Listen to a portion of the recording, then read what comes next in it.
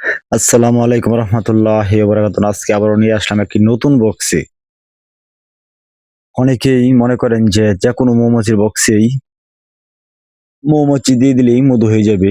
আসলে এরকম বোঝানোর জন্য আজকের এই বক্সটা তৈরি করা আমার। অনেকে এভাবে বক্স তৈরি করছেন। দেখেন এই বক্সটি কিন্তু ফ্রেম দিয়ে নাই। এটা শুধু এক পার্টটা ফ্রেমের।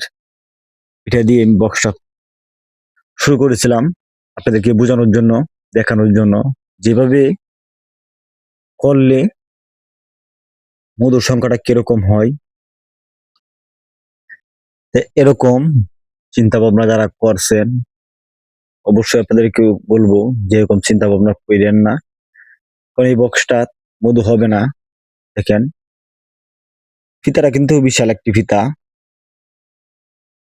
কিন্তু মধুর সংখ্যাটা খুবই কম, কারণ এইভাবে তারা বুঝতে সমস্যা হয়।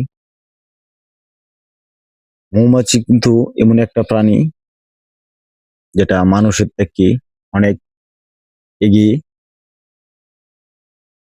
যাই হোক, দেখেন আমরা মধুগুলি কিভাবে খুলি, আপনারা ওইভাবে খুলতে পারবেন তো। তবে এরকম বক্সটা কেউ বানাবেন না। অন্য অন্য যে বক্সগুলো আমি বানাইছি ফ্রেম দিয়ে এবং ফ্রেম ছাড়া একটি বক্স আমি তৈরি করছি, সেটা তো মৌমাছি দিয়েছি, সেটার ভিডিওটাও পেয়ে যাবেন। একটা উচ্চমানের বক্স, 3 পার্টের একটা বক্স, সেটাও কিরকম ফলাফল আপনাদেরকে দেখাবো। আমি চাই আপনারা যে বক্সটা সফলতা পান, মধুর সংখ্যা বেশি হয়, সেই বক্সটা আপনাদেরকে তৈরি করে দেওয়ার, সেই বক্সটা আপনাদের পালার কথা বলার। আপনারা এরকম বক্স কখনো তৈরি করবেন না, কারণ এটা একটা সিজন। এই সিজনে কিন্তু প্রচুর পরিমাণ মধু আমাদের এই জায়গায় হয়েছে। হয়তো আমার বাড়িতে হয় নাই, কিন্তু এই জায়গাটা কিন্তু প্রচুর পরিমাণ ফুল ছিল। এই জায়গাতে অন্য অন্য বক্সে আমার মধু হয়েছে, কিন্তু এই বক্সে মধু হয় নাই।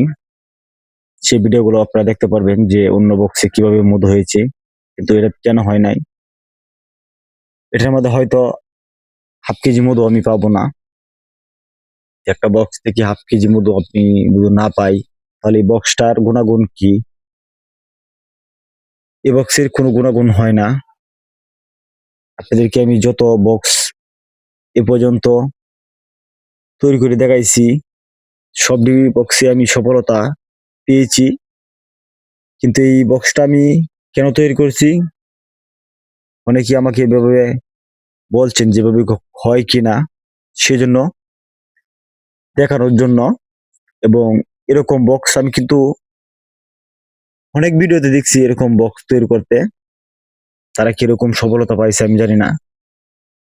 তো আমার যুক্তিতে এই বক্সটা পালার উপযোগী না। অন্য অন্য বক্স আপনারা যে বক্সগুলা পালার উপযোগী, সেই বক্সগুলা আপনাদেরকে ওয়েবি বানানোর জন্য আপনারা ওই বক্সগুলো বানাবেন। যারা না বানাইতে পারেন অবশ্যই আমার চ্যানেল থেকে দেখে নিবেন যে আমি কি মডেলের বক্স তৈরি করছি, আর কোন বক্সে সফলতা পেয়েছি, কোন বক্সে মধু বেশি হয়েছে, সেটা আপনারা দেখতে পারবেন। আশা করি আপনারা কথাগুলো বুঝতে পারছেন। এবং আমি এই বক্সটা থেকে মাছি অন্য বক্সে নিয়ে যাব,